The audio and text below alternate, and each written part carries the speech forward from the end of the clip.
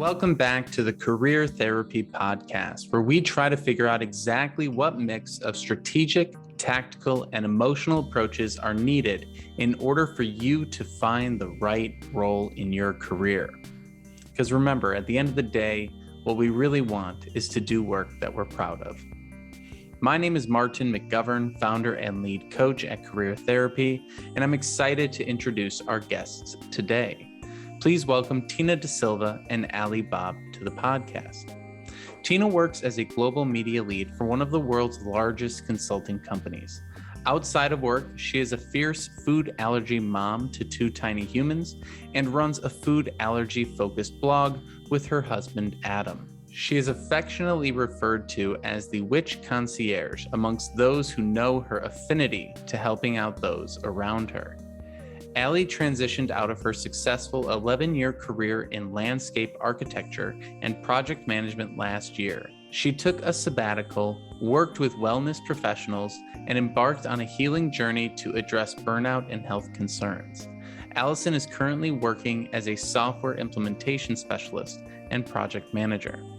Together, they are the co-hosts of the Soulful Streaming Podcast, where they have eye-opening conversations with the wisest minds to help you build a deeper connection with your mind, body, and soul.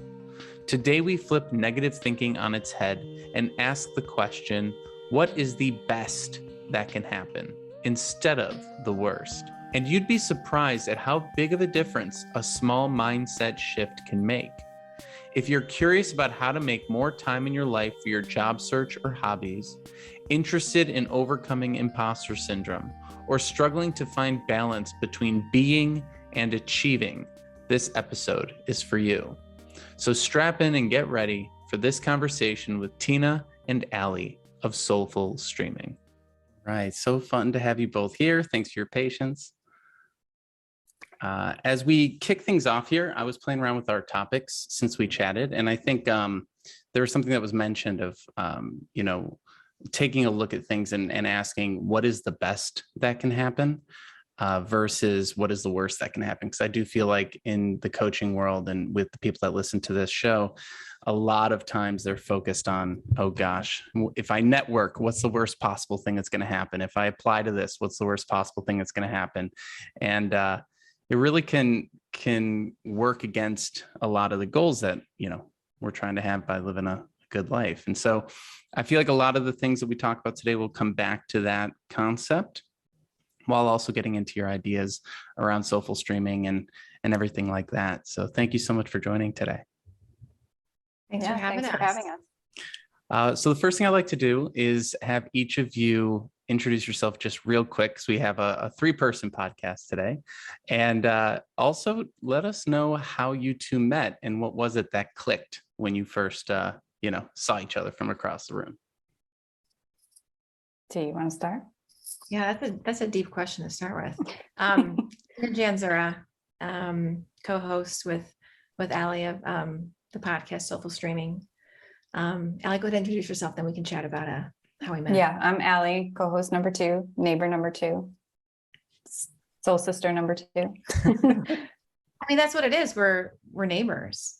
Yeah. We moved a house away from each other, and you guys moved in 2015.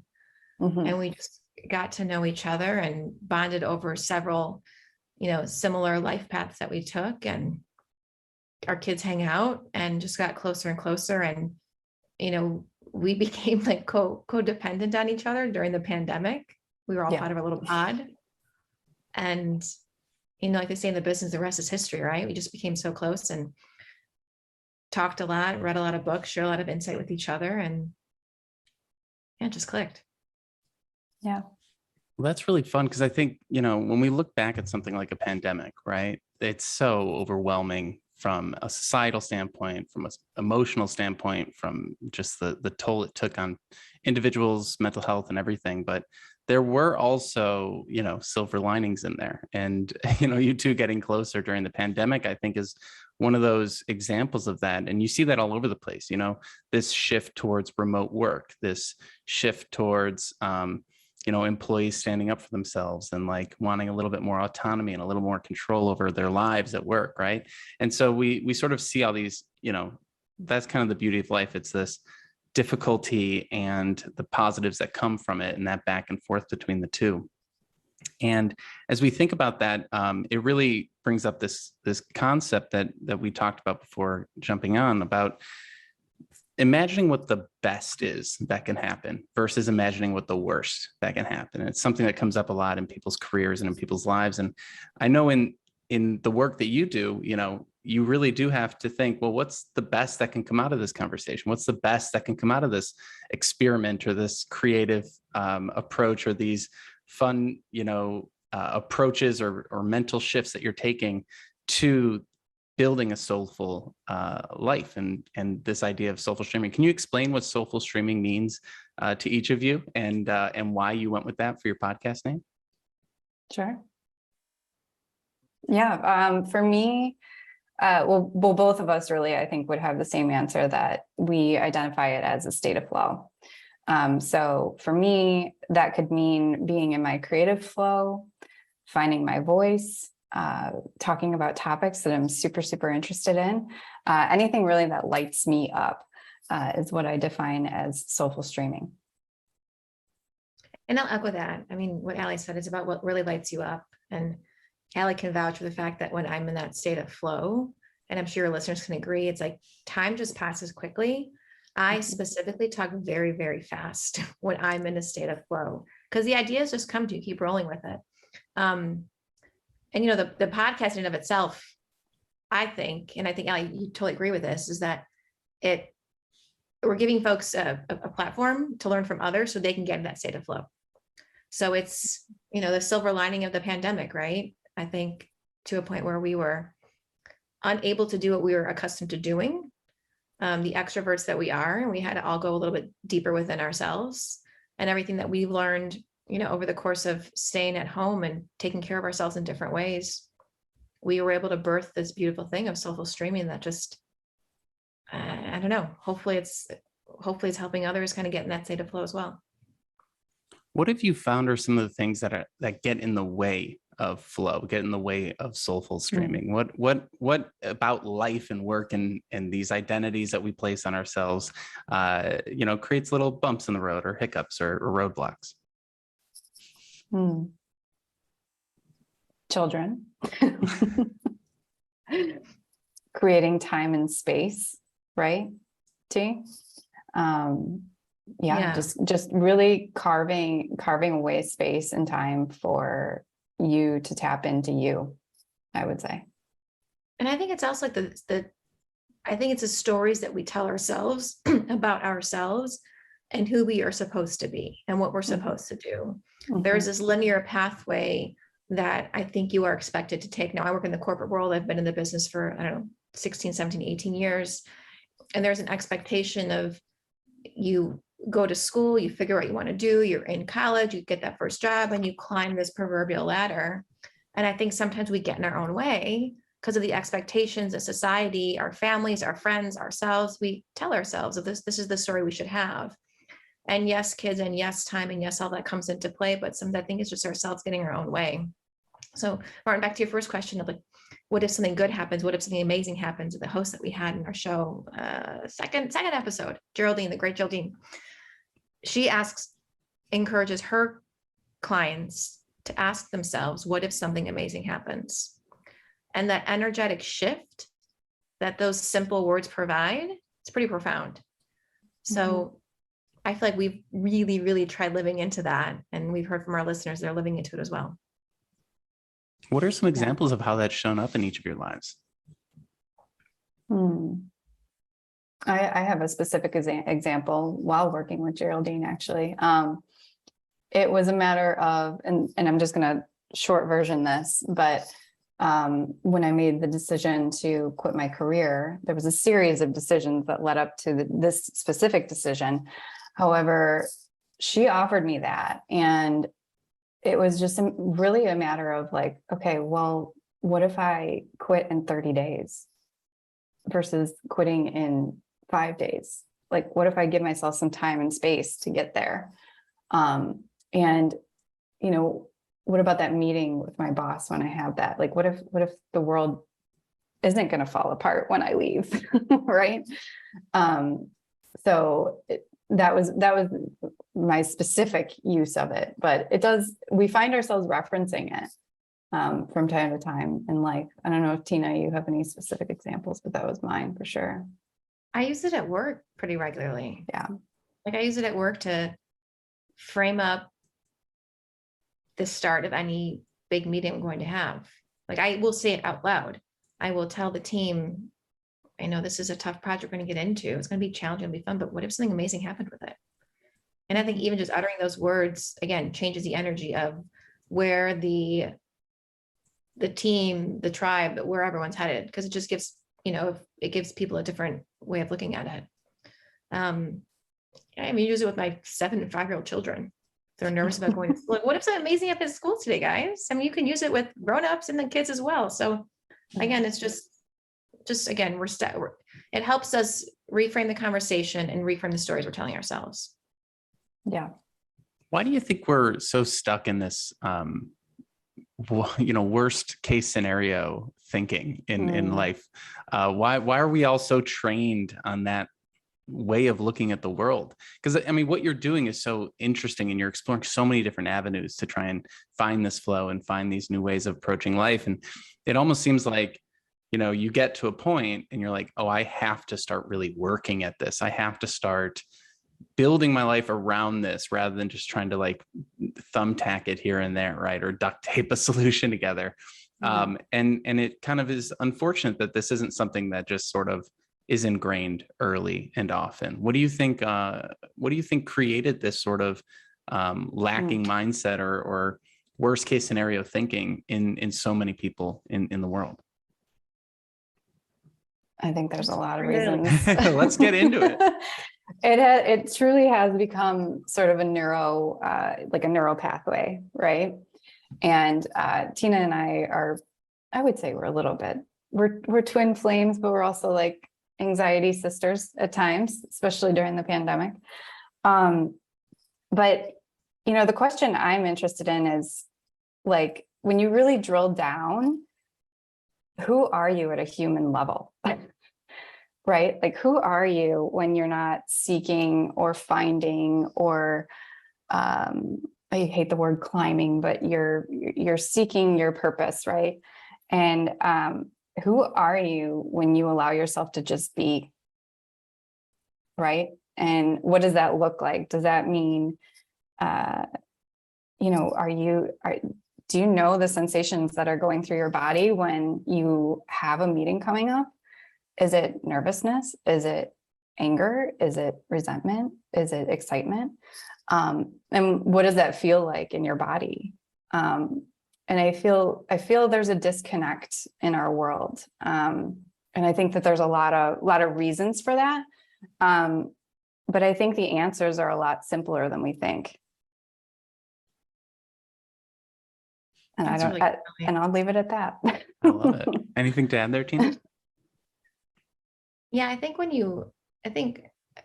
everyone to a certain extent is an empath. I think we all can take a lot in and feel a lot. And I think we're conditioned with, we have our phones, we have the TV, we have the news, everything that's going on. I think you're conditioned at a very young age to be aware of a lot of the negativity that's going on in the world. And I think with that also the competition, keeping up with the Joneses, all of that I think just comes into how humans are raised. But to Ali's point, so I think that conditions us to think to always want more, strive for more, everyone literally gets a trophy, everyone's rewarded. I feel like there's this continuum along the pathway of life where you're conditioned to strive for better. And I think a lot of the folks, I'm sure your clients can resonate with it as well. Like, you're always looking to improve. But the question is why? And being mindful of the choice of words of improvement. So I made a very, very conscious decision within the last year, because I'm always trying to improve or get promoted or do this or, attain that or win, whatever that might be. And it's like, but for what? And really to what end? So I think when you take a step back to Ali's point about who are you at your core, but also the question, the verbs that we use about what we're trying to achieve or get or be, why can't you just focus on being, to Allie's point? Mhm. It's not about improvement. For example, my word this year has been expansion. Mhm. And I've lived into that word so much this year. And it's resonated more with me than any other word I've chosen in previous years or goals. Because expansion does let you be. Mhm. So Yeah. And I would offer up grace, meeting yourself where you are in that exact moment, exactly where you are. I feel like we don't give ourselves enough grace. I like these ideas of grace and expansion because it's more of how you are, how you're feeling, how you're being, right? And everything that you're talking about here. And if we think about, the audience that we're talking to right now, people that are really trying to achieve, really trying to grow, maybe they're in a job and they don't feel like they're getting enough of the right responsibilities, or they're not they've maybe plateaued, or there's like some different things happening, who knows? And they want more money, or they want more responsibility, or they want more, who knows, prestige in their career. Mhm. I think their fear, right, is, well, if I stop thinking in this way, if I stop wanting things and achieving things and, looking at that next milestone, that next milestone, the next milestone, then I'm not going to do anything. I'm not going to have any motivation. I'm not going to have any drive. I'm not going to achieve what I want to achieve. Right. Yeah. And so there becomes this counterintuitive thing when we try and do some self-improvement, where it's like, well, you don't want to focus so heavily on achieving, but you also don't want to fall backwards, or like fall, into a place that you don't want to be. And I think that that's one of those balancing acts that's maybe a little counterintuitive in some of this type of Mhm. work, right? And trying to Mhm. balance those scales in a way, or at least understand them in a way that doesn't cause so much friction. How have you sort Mhm. of, wrestled with the push and pull of the two kind of polar mindsets that you're working with here? Ooh, Tina, I feel like this is a good one for you. it's a struggle. But I'll offer Mhm. up a piece of advice that one of the coaches that I worked with has shared, that really resonated with me, because I'm constantly chasing the next thing, because chasing does bring me joy, but it also does bring me to a collapse at some point. And like, imagine you're a surfer in an ocean and you're swimming out to the waves, and you're just swimming looking for that next wave. But at some point, it's okay just to wade in the water and wait for the wave to come to you. Mhm. And sometimes what you'll see in the vast beauty of the ocean will mean so much more to you than hustling for the wave. So it's a little bit of hurry up and wait, but only you. And to your earlier point, Ali, like the whole full body, Yeah. like I ask myself before anything I do now, I pause and say, is this a full body? Yes. Mhm. And I've heard several people say this recently. I feel like maybe that came to me like from a Glennon Doyle podcast with Natalie Portman on, and a couple other folks have been saying like the whole full body. Yes. Like, okay, what does that mean? So I had to Mhm. train myself to figure out, because I run to every single mess of the map. I run to ideas because I get excited by them, excited by other people's energy. Mhm. But I had to slow myself down and be like, okay, T, where are you feeling this? When I feel it in my gut, I know that it's right. When I feel it up here and it's causing me a little tornado up in my head, I'm like, it might not be right. So be able to discern what really matters to you and Mhm. why. Why are you looking for that next promotion? Why are you looking for more responsibilities? Are you just trying to get more validation? Like, what are you really trying to achieve with these goals you set up for yourself? And again, like feeling it in your body, it's hard to do, but once you get into that pattern, it's pretty fascinating, because your own intuition kicks in. Mhm. Um, Yeah. And I would offer up celebrating along the way. I think celebration, well, one of our shared teachers, Steph Jagger, who was on the podcast recently, but she told me that without celebration, you suspend your initiation. So if you're on the cusp of getting to where you want to go, usually you're pretty challenged in that moment, and challenged the hardest, right? So creating celebration, whatever that means for you, doesn't necessarily have to mean going out and having drinks or whatever, but just honoring that milestone, or honoring having a good day. Light a candle, create a ceremony if you want to. But if you don't, you're just robbing yourself, and you're just going to think that you're behind. You hit the nail on the head with that feeling of feeling behind, right? I think that might be the core feeling that everyone listening is dealing with, is like, well, everyone else is at this point in their career, or everyone else is at this point in their lives, or everyone else is achieving or doing. And of course, we never have the whole picture. We don't know what people's lives look like unless we're in the room with them. And even then we don't, right? And so both of these things that you're tossing out here are, I think the way I've heard it is fuck yes or fuck no, right? It's like, do I want to see this person again? F yes or F no. Do I want to work at this company? F yes or F no, right? And then what you're talking about as well of celebrating along the way, I think that's where people really fall into ruts in their lives and in their careers and in these things that we're always trying to achieve, because we do put in so much effort to get that promotion, or put in so much effort to get that job, or put in so much effort to quit that job, or whatever the thing might be. And at the end of the day, when we achieve that, we just set another goal. And it's one of those things where I always think about that graph, right? When you set a goal, it's this long, difficult thing to get over to the goal. And then once you achieve the goal, by the time you've gotten there, it's really hard at the start, and then it gets easier as you get closer to the goal. I think that's how I should picture it. And then as you get towards the goal, it's easier and easier. So you go, well, this isn't that hard, and this isn't that great, and I don't really deserve to celebrate this at the end. So you set another goal. And by the time you've achieved that goal, you've got another big thing to focus on, right? And so what ends up happening is we never stop, we never celebrate. And I see this in work all the time, where, almost the reward for doing your job really well is just more work to do. There's not really ever, it's like, yeah, I got it done early. Okay, so you can do other things faster. Oh, damn it. You're just sort of stuck there, right? And so celebrating along the way. So what are some of the ways that each of you take time to celebrate, maybe with the podcast, or with your lives, or with your families, or with your work? Yeah. Well, I'll offer up even this alternative little suggestion and trick that I got from my therapist, actually.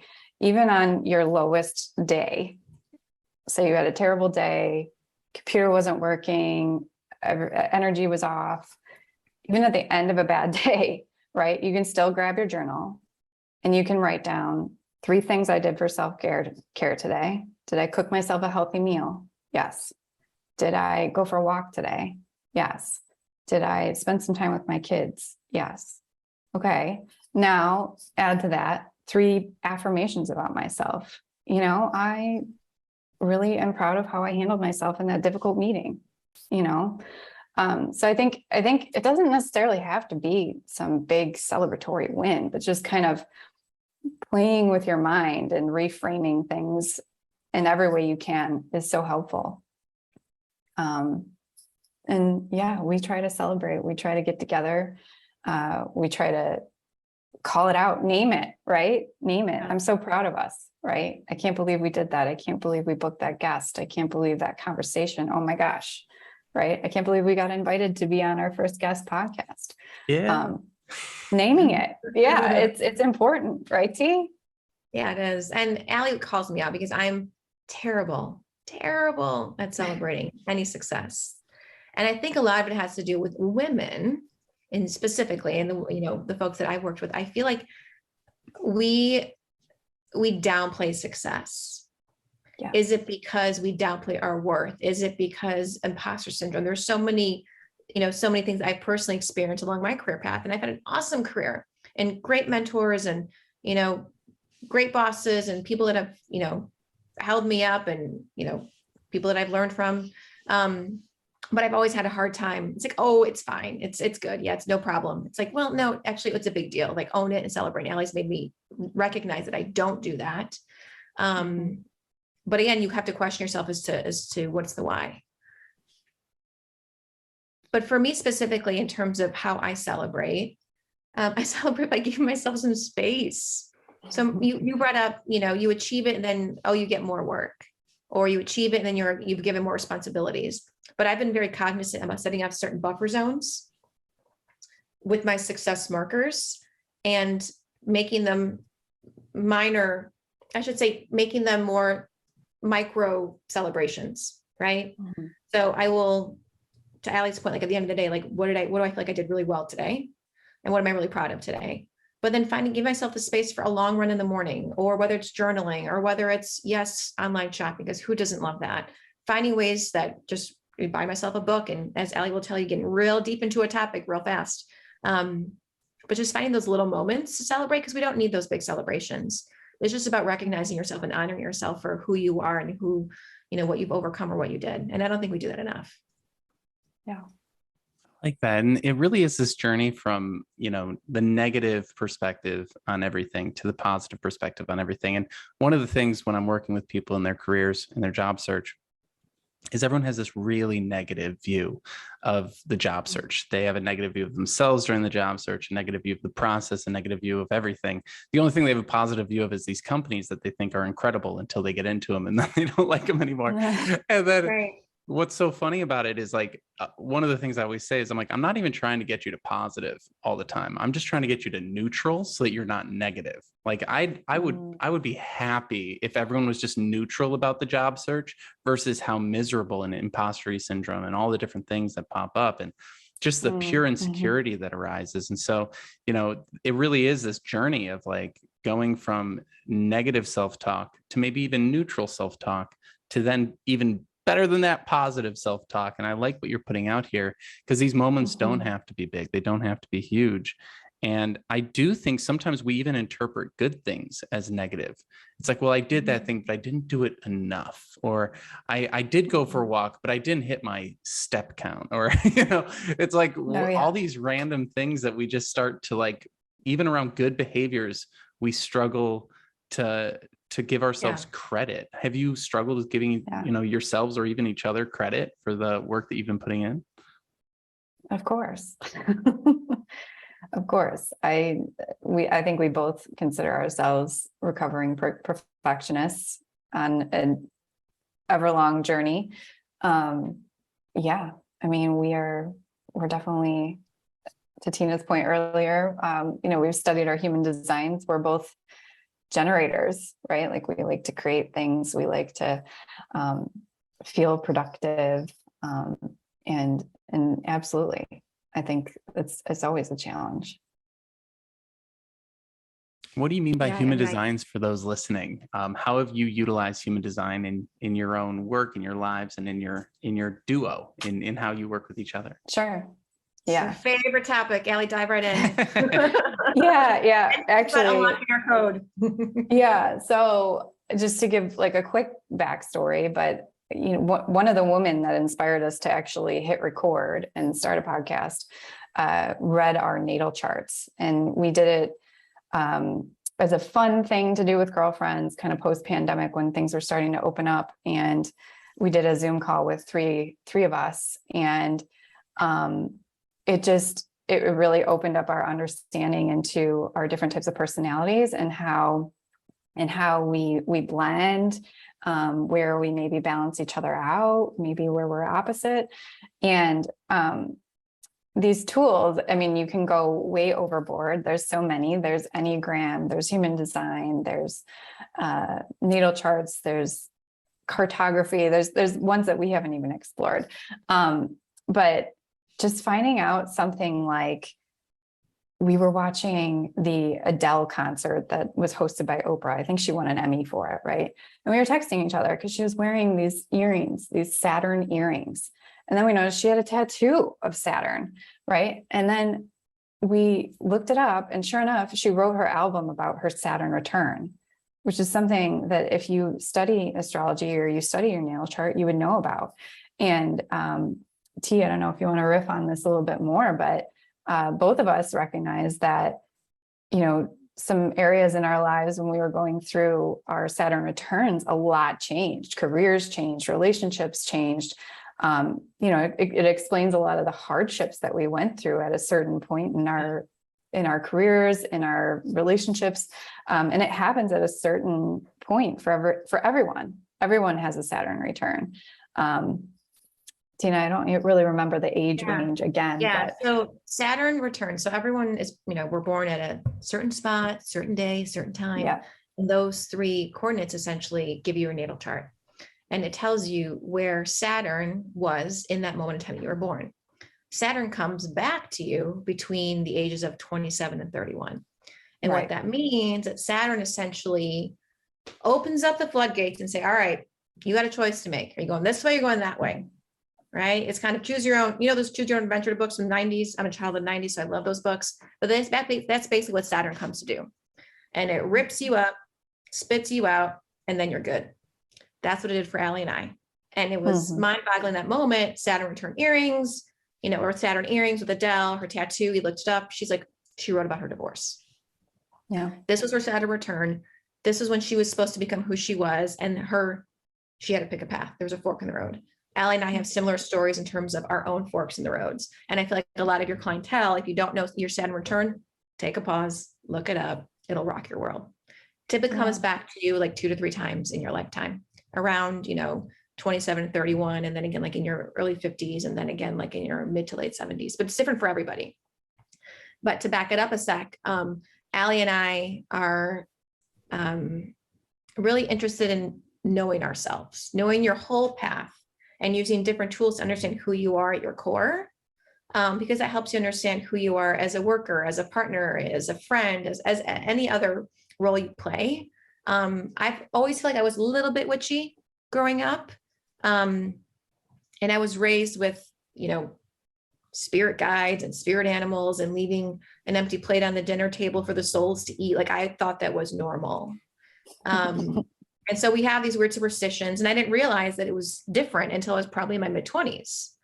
And then when I hit my own Saturn return, I finally leaned into that even more and realized that the more you know about yourself, the better you can be, or the more you can be, whether it's unlocking it through, astrology like Ali and I have done, or we've worked with shamans or different energy healers or psychics, or I read tarot cards every day. So does Ali. I mean, there's so much of that just helps you understand yourself more. And I think, Martin, to one of your earlier questions about, the anxiety with job searching and the negativity around it, I feel like the more you understand yourself and what makes you tick and what lights you up, that makes the job search and just working so much easier. Yeah. And I use those practices in the office. I mean, I will do a tarot card reading before I have to make a big decision. And I will tell my boss that, and it's accepted. And I love that it's accepted. Or I'm on the pathway to making it more accepted. So I love that. Yeah. And that's a lot about what we talk about and the different people that we bring into to Soulful Streaming. Because I think, the more that you know about yourself across different pathways, just again, the more you can be. Yeah. Well, it's validating. And go ahead. Oh no, I'm sorry for cutting you off there. Finish your thought. No, I think it's obviously a hot topic right now, right? But it is. It's validating, right? Like I consider myself a highly sensitive person, but until I did some of this work, like I never really realized that was okay, right? Like I didn't realize that, like, oh, I can give myself, again, back to that word grace, right? I can give myself grace because I'm in a certain situation that just really isn't in flow with how I kind of operate in this world, right? And I think there can be a shadow and a light to doing this kind of work. I think that you can be very cranial about it. I think you can be very in your head about it, because there's a lot of information to process, and there is a system to it. It's not all woo-woo, right? But taking those bits and pieces of information, slowing yourself down, spending time with it, and taking time to reflect on how it shows up in your life, and how maybe you can use these elements and these gifts to show up in your life for something like creative expression. I think it can be a really helpful tool. We interrupt today's episode to let you know about Career Therapy's Unstuck coaching program. If you're feeling paralyzed by job search procrastination and unsure of what to do next in your career, we're here to help. Each month as a member, you will get access to 2 one-on-one coaching calls, unlimited virtual chat with your coach via Slack, invitations to bi-weekly group coaching sessions, and lifetime access to our 8-part job search curriculum. Want to take your search to the next level? Head over to careertherapy.com and schedule a free 15-minute consultation to chat with me today and see if coaching is right for you. Now back to our show. A lot of the struggle that we have in our careers is trying to fit some sort of mold, trying to fit into that job, fit into that culture, fit into that, industry, whatever it might be. And that's definitely early on in my career what I struggled with. I was like, I was given the advice, just stay at that company for the next 20 years, your career will be great. I'm like, my career might be great, but I'm gonna lose it. I don't think I can last 20 years here. Not that it's a bad company or even a bad opportunity. It's just not right. And I do think that self-awareness is such a big thing. I was chatting in one of our group calls the other day, and someone was talking about how, they've been an investment banker for 20 plus years. And they were like, or in investments, I'm not sure if it was investment banker or a different job, but they were talking about how they ran into someone they knew 10 years ago who was also in the finance space. And now that person was working at Trader Joe's and was the happiest that he's ever seen that person. He's just like, I ran into this guy. He was beyond happy. He was chatting with everyone. He had his health insurance through Trader Joe's. He had what he needed to live the life he wanted. And we all paused in the call and just went, see, the internet's not right. The internet of this, everyone has to be the top of the heap. I mean, the top of the heap is whatever heap you want to be on the top of. And if it's being at Trader Joe's, just loving your life. And what was so great about that story is, this person who is working in finance is jealous of someone working at Trader Joe's. And I find that to be so interesting because you never hear that story. You never hear some career coach get up and say, if you want to get out of the rat race and just chill for a bit, you can, right? You can figure yourself out. And I had another person that I was working with who, again, going back to the milestones and going back to these big goals, they really didn't like their job. And they're like, what we're going to do is we're going to live off my husband's salary and I'm going to keep working and we're going to prove that I don't need to work at this company. Right. And they achieved that goal. But to your point about not celebrating, right? They just kept working. They're like, okay, well, I guess we'll keep working here and put that money towards vacations. And then they were still miserable, even though they didn't need that job. And we got to this point where we were like, do you even need any job? You could completely stop working right now. You're totally fine. And the realization they came to is that their identity was so tied up with having a job due to having, a single mom and working since they were, in childhood, that they didn't know what to do with themselves without a job. And so coming to terms with that has been this ongoing journey. And eventually they switched to a contract role. It's almost like weaning off of working in a way. Yeah. And so, when you actually do stop and take the time and do these exercises and really get to know yourself, everything does become easier. Everything does become more clear. What are some of the other tools that you've experimented with to really get to know who each of you are in your core? I first want to applaud your client for, recognizing that point, recognizing the why they feel they need to keep working. When you understand the why, it makes everything else so much easier, right? And it takes a lot of work to get to that core why. I will add though, is that I do feel like the pandemic and this global pause that we were all on, while incredibly tough, and some folks are still living through it. The Great Resignation came from that. Right now, everyone's talking about quiet quitting. I do feel like people pause their lives and reassess their values and what really mattered to them because you were forced to. All that external stimuli that we were accustomed to having as part of the work identity was removed. Whatever perks you had, the travel, whatever that might have been, you were forced in isolation for those knowledge workers who were working from home, right? So I think that was a catalyst for change for a lot of people. So I just want to add that I feel like we're going to see more of that. I think we're going to see more of people recognizing that, that phrase, do you work to live or live to work? I think that's going to come will continue to come front and center. And I mean, my son wants to work at Trader Joe's. He's been wanting to work there since he was 3 years old, 7. Now he loves it. Everyone that's there, it's really, really happy. I think the company has a great company culture, and their products are amazing too. But I do think to your question about, the tools of, it really is space for me. Yeah. It is we don't really give ourselves enough space with just ourselves. I know that sounds so silly and cliche, but we're always, our minds are always being activated, whether it's through email, through an instant message, through social, through your phone, through the TV. But when is the last time that you've ever given yourself that true space to really think about what you want? So that for me is my biggest offer of advice in terms of how do you get to that point. I journal quite a bit. I write myself weird manifesting letters where I'm like, dear Tina, it's 2025 and here's what you're doing. And I've done that for quite some time. And I think for me, it works because it helps me visualize in this channeling of what I really want. And I put it on paper. And I'm surprised sometimes at the stories I tell myself about my own life or what I'm doing. Like I'm convinced I manifested my husband. Like I wrote about him. I did like 10 years ago, you know? Yeah. So that's what I do. But Ali, what do you do? Yeah, this conversation is getting me excited, right? So, life during the pandemic, life literally threw me the brick, right? Using Oprah's language, right? There was whispers and then came the brick, right? So trigger warning, you know, in March of 2020, when everybody paused, I had my first miscarriage and I was forced literally, physically, mentally, emotionally to halt, right? So I feel like I started from the bottom.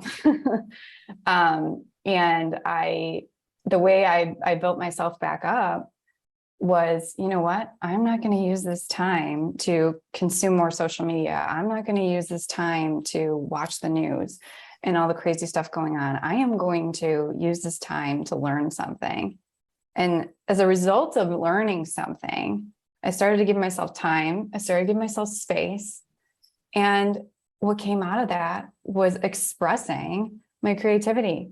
I was in a creative job. I had a lot of creative autonomy. I was literally taking blank landscapes and turning them into outdoor rooms and creating family spaces. And I had complete creative autonomy. But society tells you, you know, there's money to be made here. And I was in the job for 11 years and I was no longer in my creative integrity, I would say, right? I had a creative system that worked and worked for my clients. And I had some amazing people that I worked with. I miss them. I miss the guys with the shovels and the backhoes. But I needed time and space to creatively express. And to me, that was the greatest tool and the greatest gift that I could give myself. And it has just expanded, to use Tina's word, into my career, into my home life, into this creative soul project that we've created together. So I don't know if I'm going off on a tangent here. No, I love it. I love what you're saying here because it's you know, especially what you said about the things you removed in order to make time and space, right? Because I get that all the time. You know, someone has a job and they want a different job because of whatever reasons. And they're like, well, when do I job search? I don't have any time to job search. And that's kind of going into that quiet quitting piece that Tina brought up, where it's like, sometimes I ask people, what's the least amount you can do at your job before you get in trouble? And I always tell this story of like one person was like, well, I'm putting in 120% and I'm not really getting recognized for it. I could probably put in 80% and still get away with it. And they started doing that. I mean, how do you measure that? I don't know, but that's how they felt. And they got called into an office a few weeks later and were given a promotion for doing such a good job. So, you know, I think a lot of times we don't even know how much effort we're putting in or like what the expectations are. But I like what you said. It's like you removed the news, you removed social media, and that gave you, on average, I think people spend, the numbers are people spend about 3 hours a day on social media and YouTube, if not more. And so that's 3 hours right there that you could read a book, you could talk to a friend, you could build a podcast, you can express yourself. And it does seem that often the things that don't pay us, or at least don't pay us initially, are the things that give us the most growth and benefit and reward. And I think you're seeing that with Soulful Streaming. And, I look back to the first experiments that I took where I was like, all right, I'm commuting 2 hours a day, 2 to 4 hours a day, 2 hours each way. I'm stressed out at work, but I'm still going to try and do something on the side. I'm still going to try and find some sort of outlet. And the reason all of us are even talking today was because I was giving an elevator pitch class, came home, got into the elevator, was talking about elevator pitching. And then Tina was like, oh, you have an elevator pitch. Let's hear it. And I had to do it on the elevator to Tina, who I'd never met before. And like that kind of stuff is crazy to me. And like, I'm so mean. It was pretty funny though, and you worked in advertising, and I was like, oh my gosh, this person like really knows what's going on. And so like this is just the funniest thing to me, where it's like, if I had just been focused on my career and just going to work and coming home and eating and going to bed and doing the same thing over again, all I would know is the people that I worked with. All I would have connections with in the world are the people that I see in the cubicle that I was sitting in, right? And so these are the things where it's like, wow, we really can open ourselves up, and we can find the time to open ourselves up and learn about ourselves if we can quiet down some of this noise. Has it been difficult for each of you to quiet that? I mean, obviously you have lives, families, and so many other things, but like, what has it been like trying to make that space? Have you come across any difficulties or pushback from your environment in trying to do that? Yeah. I don't remember that, your elevator pitch, but oh, that's so funny. It's such a vivid, great story. Right. So I have a least favorite and a favorite question that people ask me all the time, which is, how do you do it all? Because on paper, I have, I lead global communications for a big consulting firm for one of their big pieces of business. I have a food blog with my husband. My kids have a lot of food allergies, so we make literally everything from scratch. Ali and I have a podcast. I still find time to spend time with my husband, my girlfriends, and my kids all the time. I work out many times a week because it's my therapy. So on paper, it's like, oh, this girl got her shit together. Like, she does everything. And I hate that question because it makes me feel bad. I'm like, what am I missing out on that I'm not doing? But what you did with recognizing you have 2 hours a day on the train, you're unhappy, you ran towards the light, right? You ran towards where you're in, Ali, from your expression, your creative integrity. Integrity is a big, important word. I feel like when we recognize when we are in alignment with our integrity and we're out of alignment with our integrity, everything kind of changes. I read this book recently by Martha Beck, and it's like the journey to integrity, or the pathway to integrity. Yeah. And she talks about Dante's Inferno and kind of the descent. And when you kind of hit rock bottom, as Ali mentioned, like in March of 2020, and I don't think you have to hit rock bottom to rise. I think you need to recognize that you're falling before you start rising.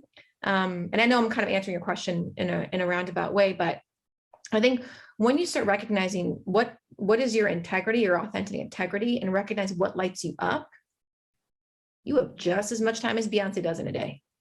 You find ways to do what you need to do. You find ways to outsource or forget about what you don't need to do. I have a hard time leaving the dishes in the sink. I've gotten accustomed to leaving them there, and I'll do it in the morning. But you just find ways to make your day and your life work for you. But you kind of have to fail a couple of times and get out of your own way. And back to the start of this podcast, stop with the stories. Stop with the stories of having the job, recognizing where your friends are at. We're all different pathways. Recognizing that your story is not someone else's story.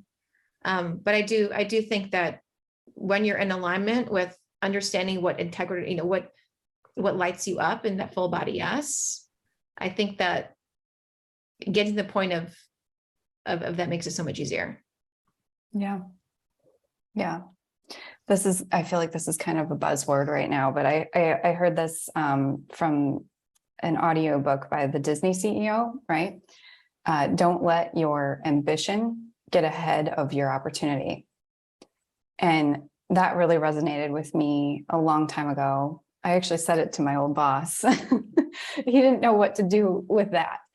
I was trying to make something at a job that just wasn't within my integrity, and it wasn't going to change. It wasn't going to morph into something that I needed it to be, right? So you can have ambitions. Ambitions are great, right?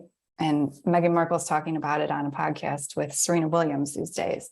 But there's opportunity in every day. Yes, you need to have your basic needs met. Yes, you need to have health insurance. Yes, you need to, but that doesn't mean you can't pick up a book and start being inspired. It doesn't mean that you can't pick up your journal and just start writing 3 affirmations a day, right?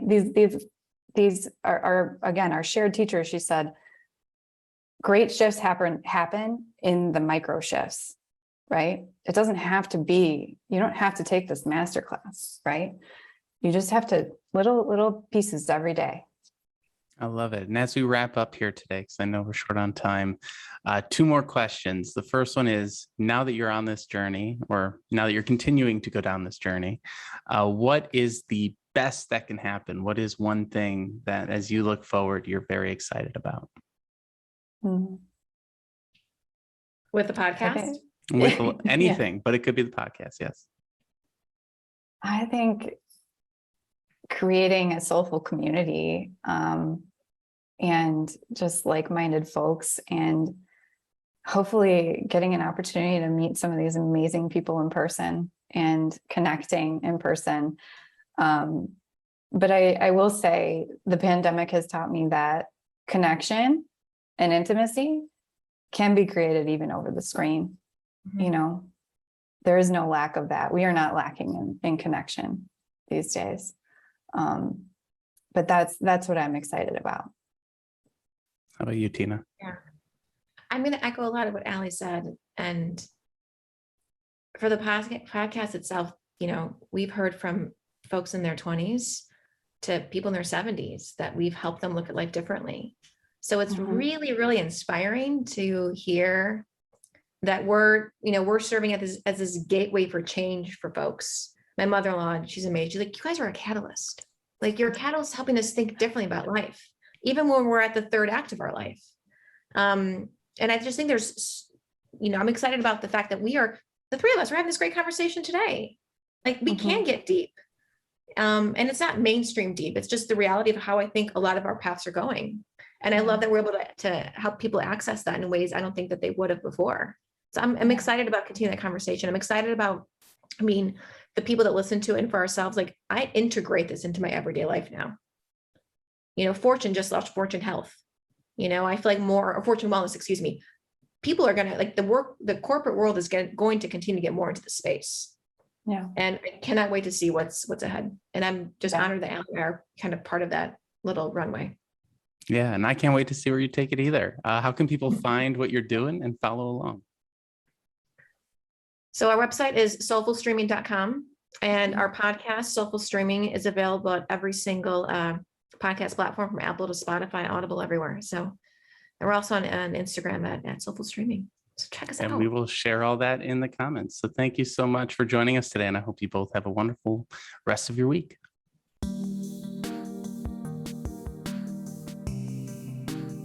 Thanks for joining us for today's episode. If you found this conversation to be helpful, please like and subscribe wherever you are listening. We also appreciate it if you take the time to leave us a review on iTunes. It really does help us spread the word and get these ideas out to more job seekers looking to build their careers and improve their lives just like you. If you'd like to learn more about career therapy and see our different coaching options, you can head over to careertherapy.com to learn more. Thank you again for stopping by. We wish you all the best in the future of your career. Have a good one.